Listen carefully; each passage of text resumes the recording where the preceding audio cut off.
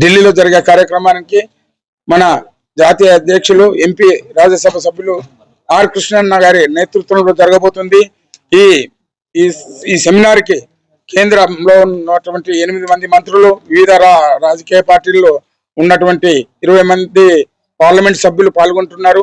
అంతేకాకుండా ఆంధ్రప్రదేశ్, కర్ణాటక, ఒరిస్సా రాష్ట్రాల నుంచి కూడా అధిక సంఖ్యలో పార్లమెంట్ సభ్యులు కూడా ఈ సెమినార్లో పాల్గొంటున్నారు.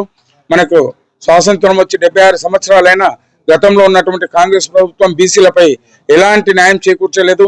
గత ఎలక్షన్లో రాహుల్ గాంధీ తెలంగాణకు వచ్చేసి బీసీలకు న్యాయం చేస్తామని చెప్పేసి చట్టబద్ధంగా రాజ్యాంగబద్ధంగా రిజర్వేషన్ కల్పిస్తామని హామీ ఇచ్చి ఆ హామీలన్నీ ఎలాంటి చట్టబద్ధత లేకుండా అసెంబ్లీలో ఎలాంటి శాంటిటీ లేకుండా తీర్మానాన్ని ప్రవేశపెట్టి కాలయాపన బీసీలను నమ్మించి మోసం చేయడానికి మాత్రమే ఆ బిల్లు పనికొస్తుంది.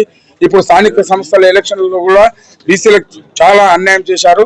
ఇప్పుడు మనకు 1931 వచ్చే 2026 లో మనకు జనాభాలో కులగణన అని చెప్పేసి మన వాటా మనకు దక్కేందుకు రాజకీయంగా, సామాజికంగా, విద్య, ఉద్యోగ అన్ని చట్టసభలలో కూడా అన్ని రంగాలలో మనకు రిజర్వేషన్ కల్పించేందుకు ఆయన సుముఖత వ్యక్తం చేసినందుకు మోదీ గారికి ధన్యవాదాలు తెలుపుతూ తెలుగు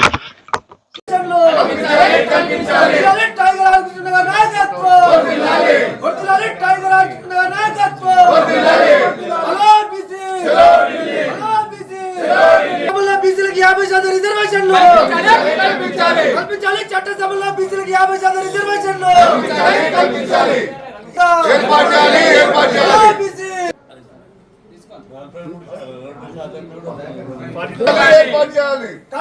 స్థానిక సంస్థల్లో బీసీలకు 42% రిజర్వేషన్లు కల్పించాలి. కామారెడ్డి డిక్లరేషన్ చెప్పిన ప్రభుత్వానికి బుద్ధి చెప్తాం, మాట చెప్పిన ప్రభుత్వానికి బీసీ వ్యతిరేకులారా